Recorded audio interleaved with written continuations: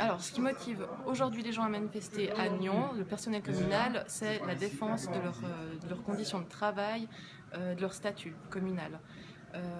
Alors, ce qui s'est passé assez rapidement, c'est que donc, le statut communal du personnel date de la fin des années 60.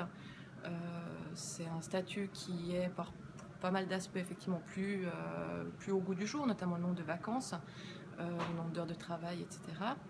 La municipalité a exprimé pour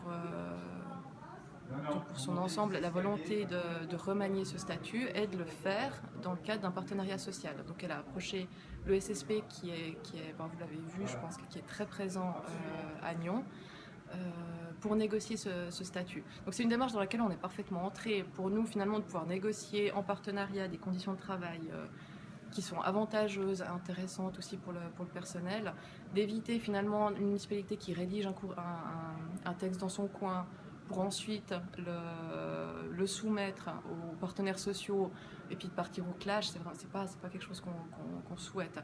Donc on a travaillé pendant 1 année et demie en commission paritaire qui réunissait des représentants de la municipalité, donc de l'employeur, et des représentants du personnel, entre la commission du personnel et le syndicat des services publics. On a toujours travaillé dans l'idée d'avoir un statut, de remettre ce statut au goût du jour, notamment de supprimer toutes les règles de discrimination, notamment qui excluent les personnes en contrat, les auxiliaires, des étrangers, et d'améliorer les conditions, notamment sur les vacances. Je l'ai dit, c'est 4 semaines de vacances. On a demandé que ça passe à 5, 6 et 7 pour respectivement 50 et 60 ans.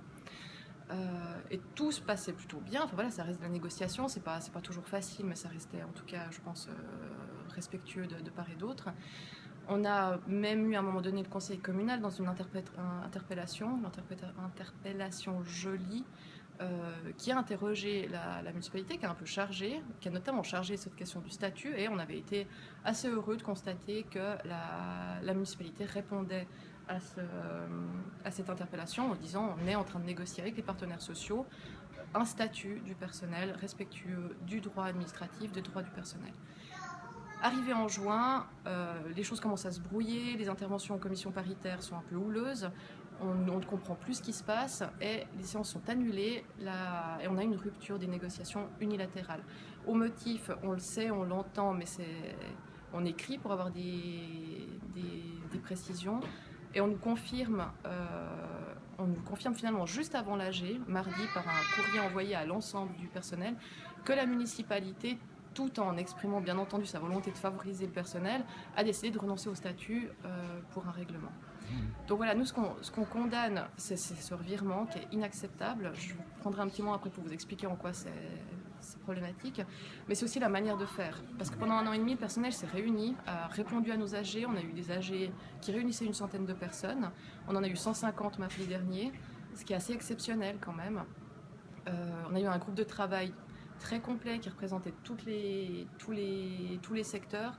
Donc des gens qui venaient le soir pendant des séances de 2, 3, 4 heures sur leur temps libre pour s'investir. Et d'un coup, la municipalité qui balaie tout ça en disant on a prévu un règlement unilatéral, on vous le présentera en temps voulu. Donc voilà, ça c'est la grogne du moment. Maintenant, peut-être la différence entre un statut et un règlement, j'aimerais bien le préciser. La municipale peut clamer qu'elle propose un règlement de statut public, de droit public et non pas de droit privé, mais ça revient au même. Dans un statut, si vous avez des droits qui sont les droits, enfin, les principes administratifs, du droit administratif, vous avez le droit d'être entendu, vous avez le droit de connaître les faits qui vous sont reprochés et de vous défendre. Les décisions doivent être proportionnelles à la faute, elles doivent viser un but très très précis, c'est une lutte contre l'arbitraire. Et quand vous êtes victime d'une décision injuste, entre autres un licenciement, vous pouvez faire recours à la CDAP. Et cette cour, si elle reconnaît la pertinence de votre recours, elle vous réintègre, elle annule la décision. C'est un vrai droit de recours. C'est un droit de recours qui permet que la justice soit efficace et effective, mais ça permet aussi en amont de dire au personnel, collectivement, individuellement, qu'ils ont le droit de s'exprimer. Et je pense que là c'est un bon exemple, ça doit faire, je sais pas, je dirais au moins 50 ans que le personnel communal ne s'est pas mobilisé dans le canton de Vaud. À Nyon, ça fait très très longtemps, donc je pense pas qu'on peut reprocher à ce personnel communal de manifester pour un rien.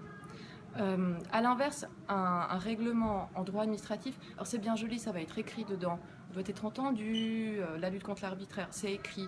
Mais concrètement, le jour où vous avez un travailleur qui a été licencié parce que voilà, il a 55 ans, il coûte trop cher, on a envie de changer, ou parce qu'on est dans une période d'austérité qu'il faut finalement qu'on veut s'en débarrasser ou qui ne plaît pas à son chef de service, qui ne plaît pas à sa municipale, il va aller au prud'homme. Puis au prud'homme, on va lui dire effectivement, vous êtes victime d'un licenciement abusif, au sens des droits, des très beaux droits qui sont marqués dans le règlement, mais on ne va pas vous réintégrer. Parce que le tribunal des prud'hommes donne des indemnités qui permettent surtout de ne pas être pénalisé au chômage, mais ce tribunal n'a pas la possibilité de vous réintégrer.